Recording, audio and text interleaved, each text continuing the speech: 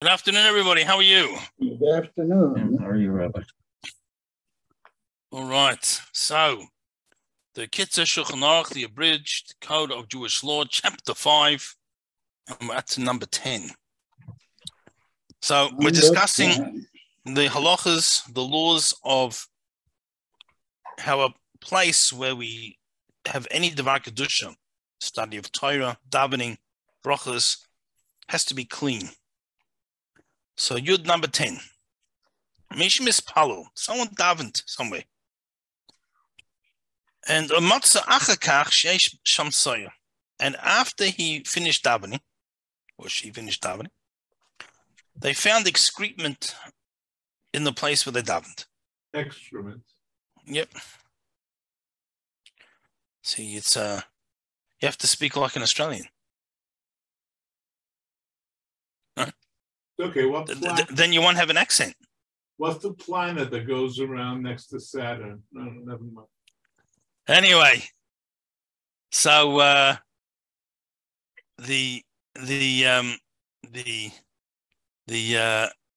obviously, if they knew it was there beforehand, they would not be allowed to daven.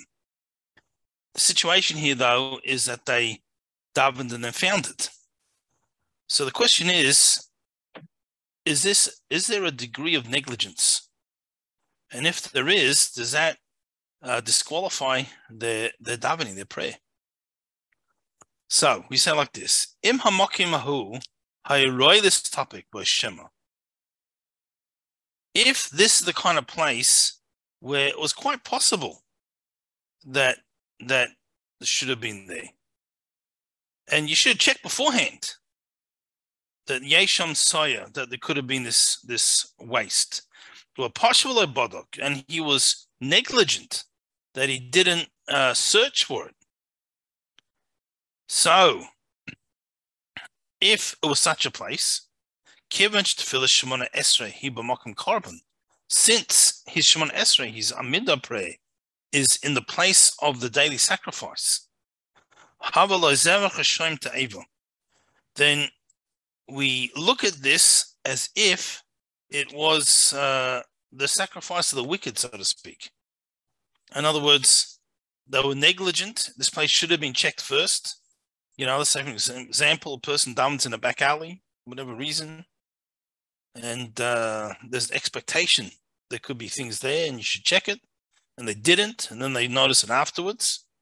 So this negligence caused it to be almost like they knew it was there and did it and davened anyway.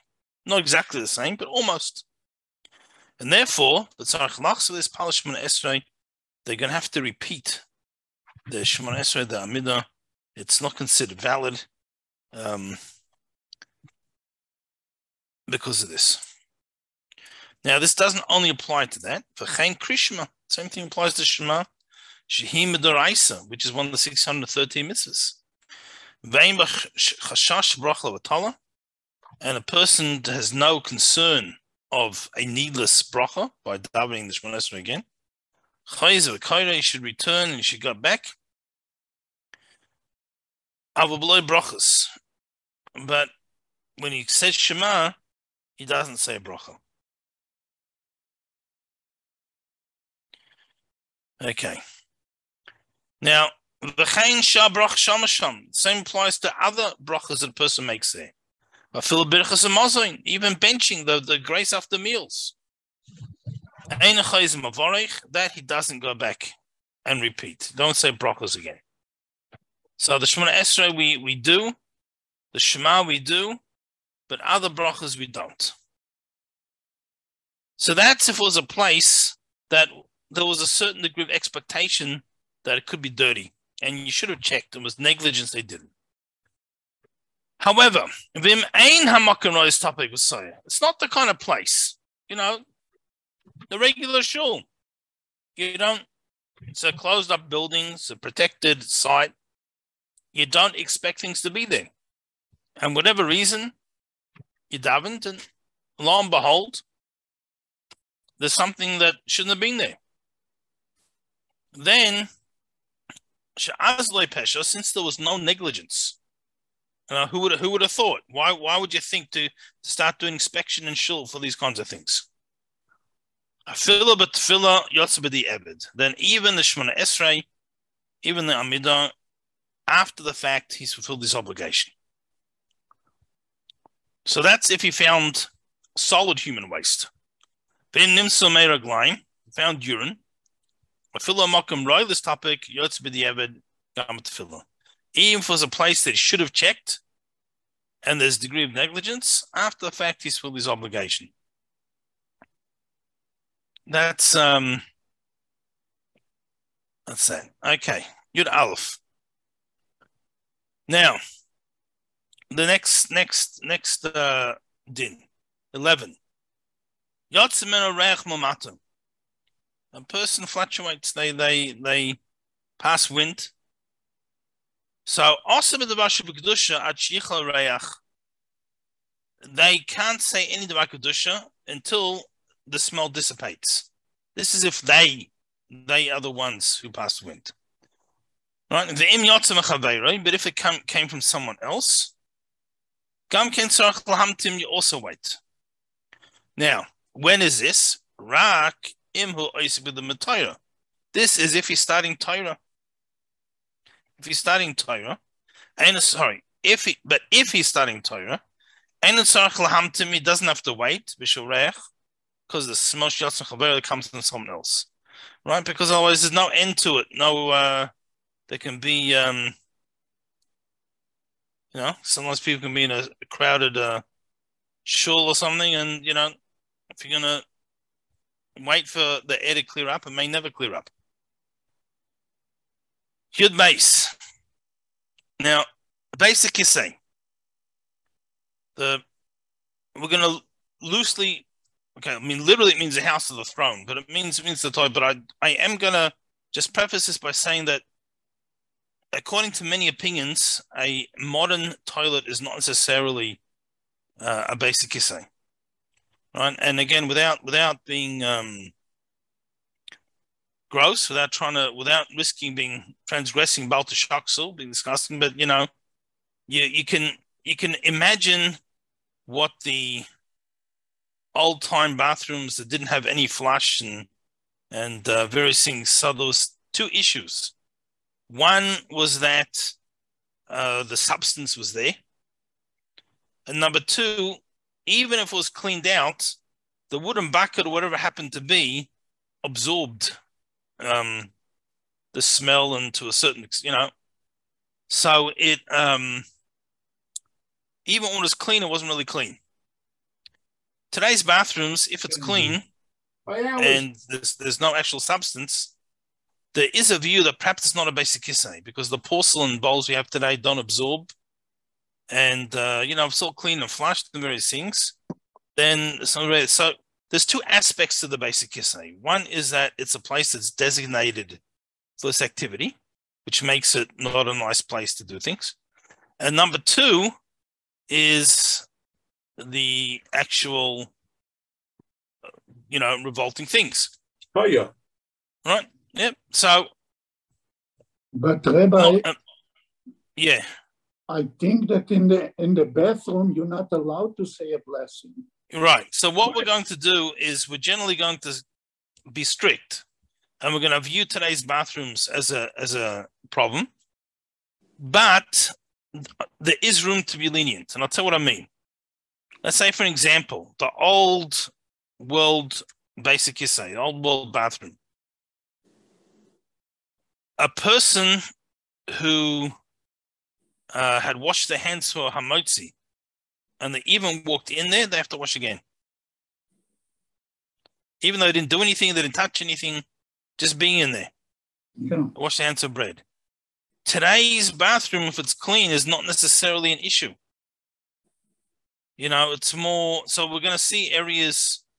So we're going to, in the first hand, be just as strict. We're not going to sit there and take our books in and our Torah books in and do review in there, right? But on the other hand, if there's other issues, we may not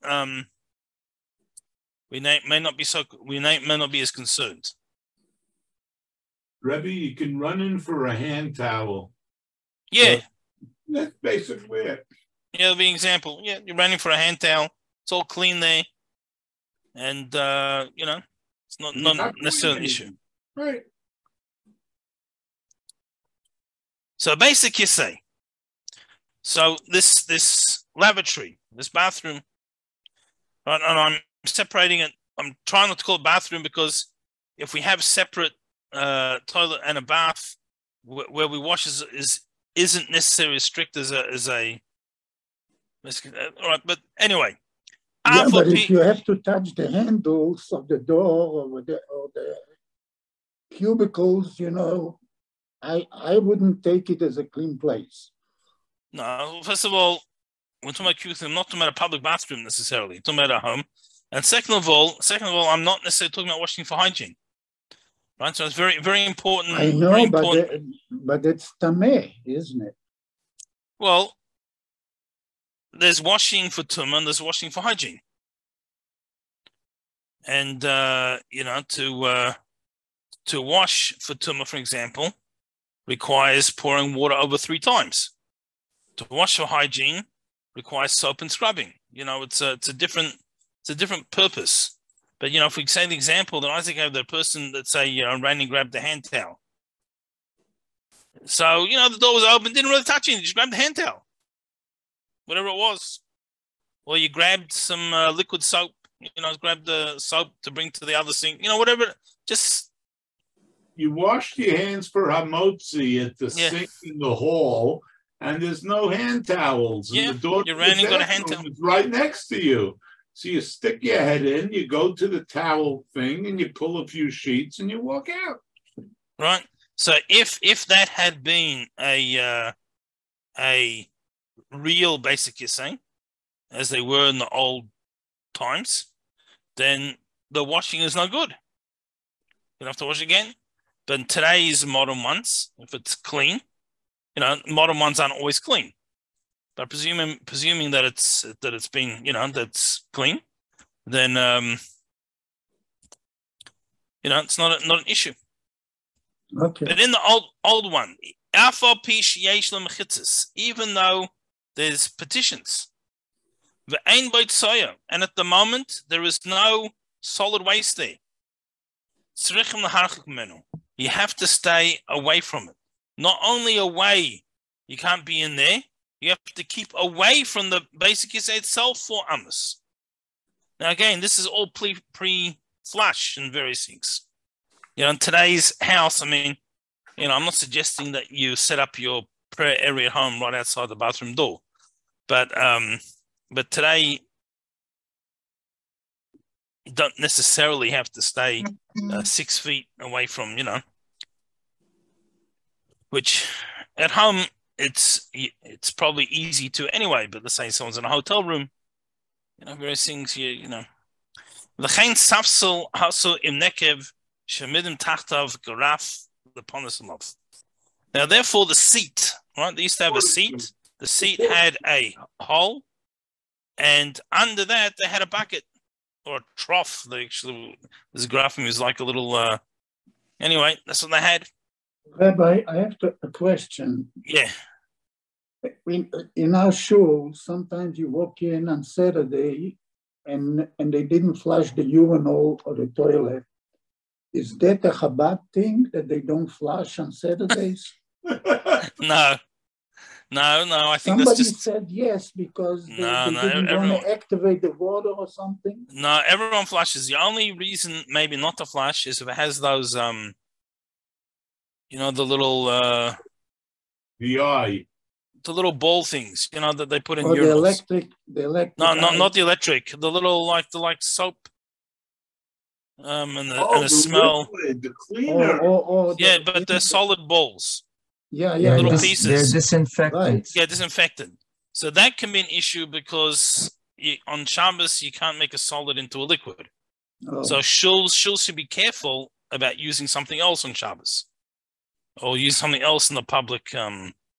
But the urine will do the same. But to actually flush it, but to flush is not an issue.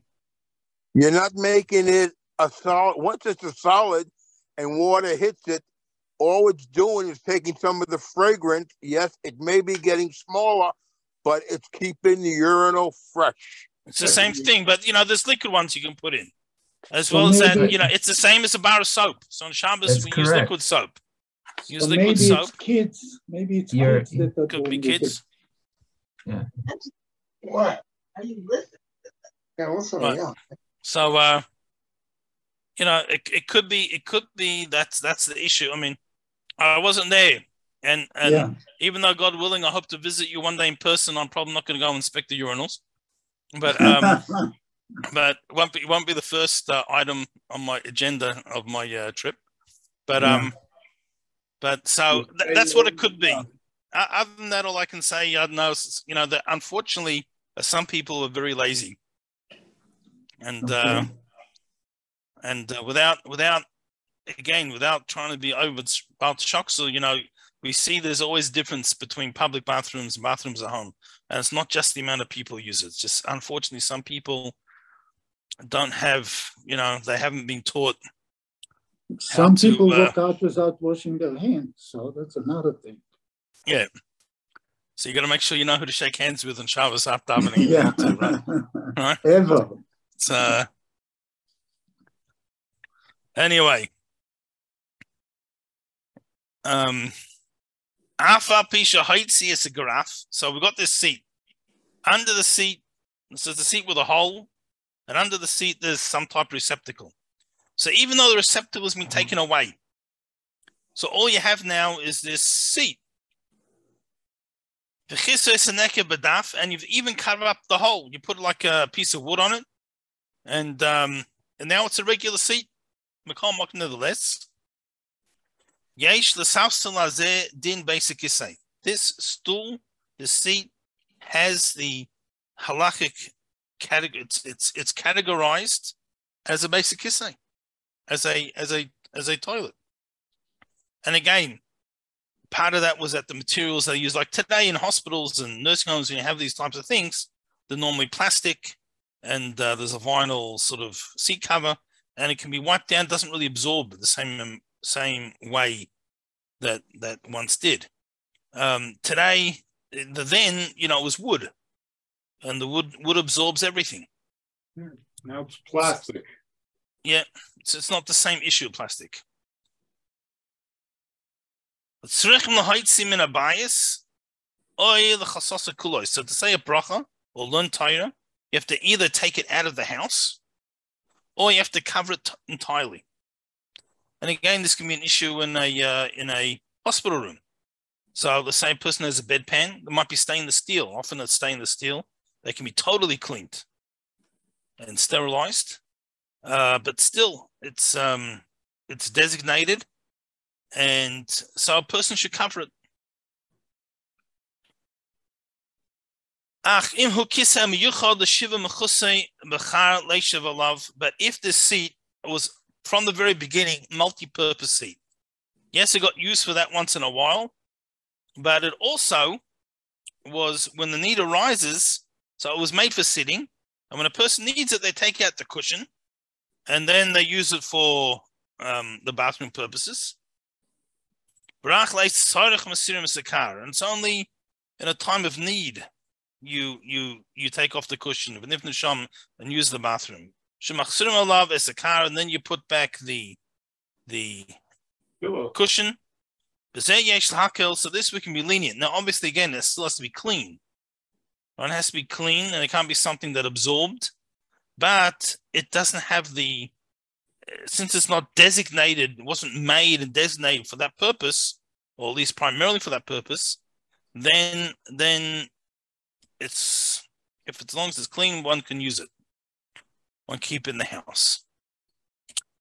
So Yud Gimel, Graf Shel Rei, Vave Shel Mei Reglaim. I guess we'll loosely call them both bed pants. Right? One made for solid waste, one made for liquid waste. And again, Baruch Hashem, today we live in a world where we have plumbing in the house, and all these things aren't an issue. So really, the main time someone's going to potentially have this issue is visit the hospital, and Hashem should bless us. We should all be healthy and not need these things. But if there's someone that does, im heim shel cheres. So if the earthenware or shel eitz or the wood, dinim kamesa kisei, they are considered the same thing as a bathroom because it absorbs. Right? So even though it's clean, it's absorbed into it. So even though right now they're clean, they've been scrubbed, there's no actual smell. And you've even put in water, or they've been put upside down, so the open part is not there. Loy mahani doesn't help. If you put them under the bed, loy mahani doesn't help. Right? Because a bed doesn't, it's not a partition. Right? Because if a bed's right, if there's place to go under the bed, it's open. So what do you have to do? Either you have to take them out of the house. The house means the room, by the way, because houses used to be one room, or they have to be covered. So again, so someone's in a hospital room, either someone else can put it into the bathroom, or you cover it up. Now, if they are made of metal or glass here means porcelain. It's like a glazed covering. I don't think people sit on glass, or maybe they use glass as a makeshift urinal. It's glazed. The paint is glazed on it. Yeah, that's right. But here it's talking about actual glass. If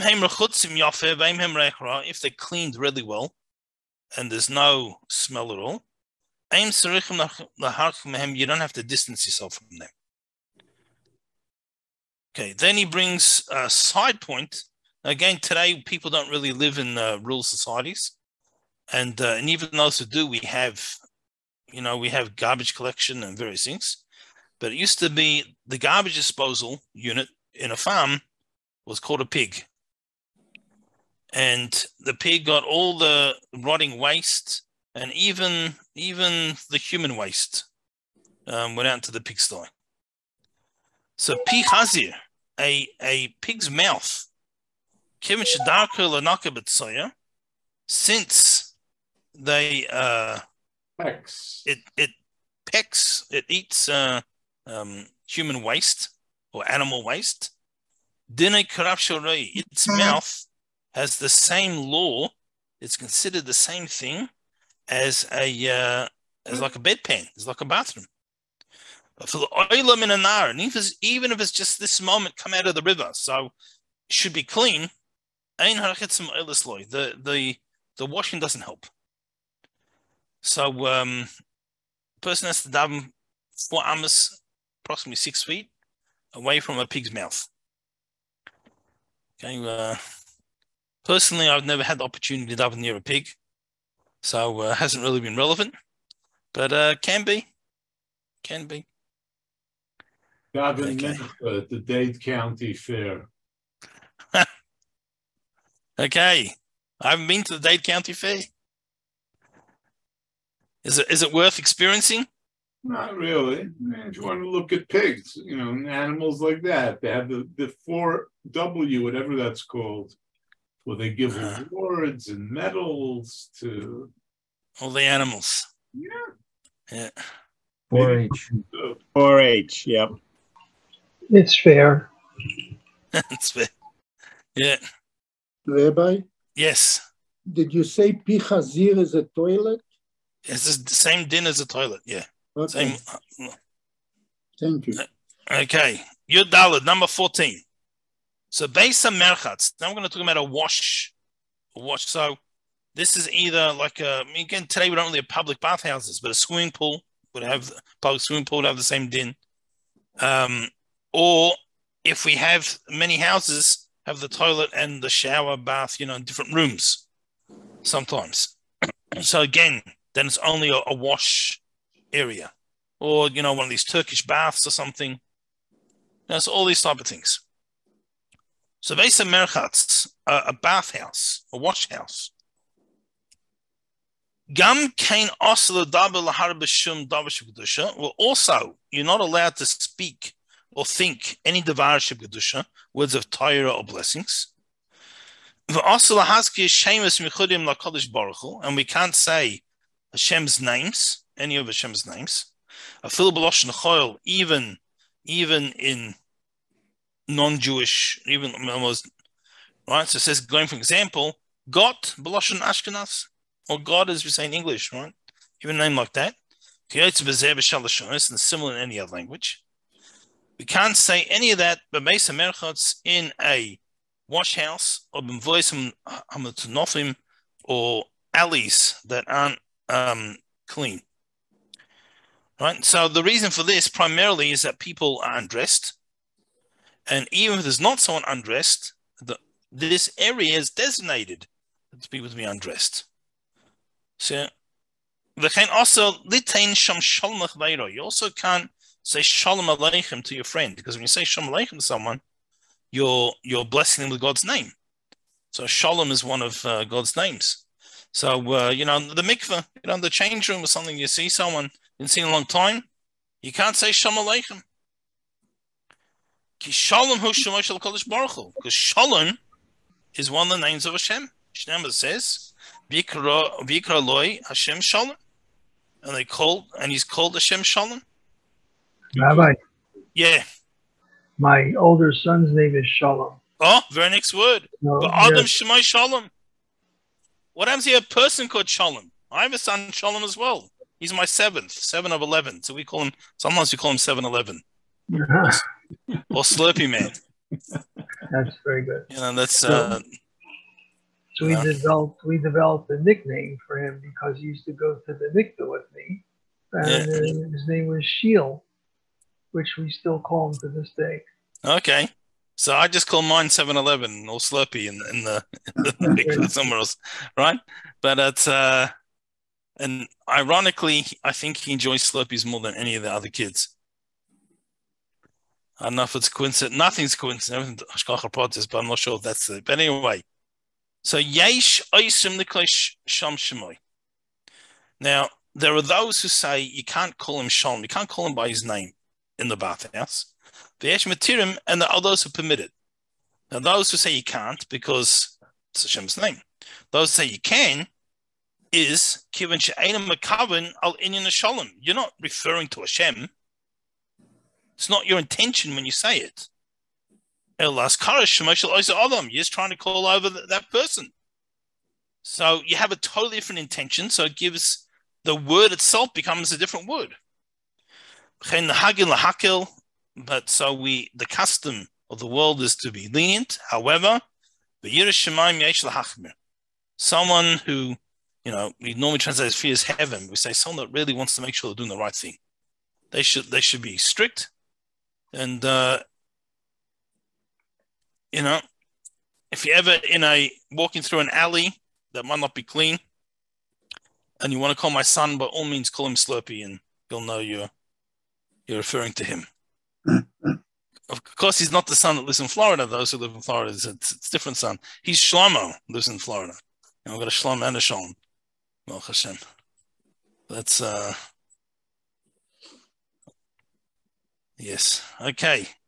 Any questions? So is Shlomo the same problem or just Shalom? No, just Shalom. Has a similar root, but it's different. If it was the same word, we wouldn't be able to call the two kids in the same family. People used to say to each other in the mikveh, "How are you?" And they'd say 2-5, which is because their kids say Baruch Hashem. Yeah. So it's the gematria of the words. That's why people got BH. Yeah. All right. Any questions? Nope. Okay. Well, in that case, we'll wish everyone a wonderful week. Thank you, Rabbi. And even though it's Monday, wonderful Shabbos, and we'll see everyone next week, God willing. Take care. Thank you, Rabbi. Bye-bye. Okay. Bye-bye. Bye, Rabbi.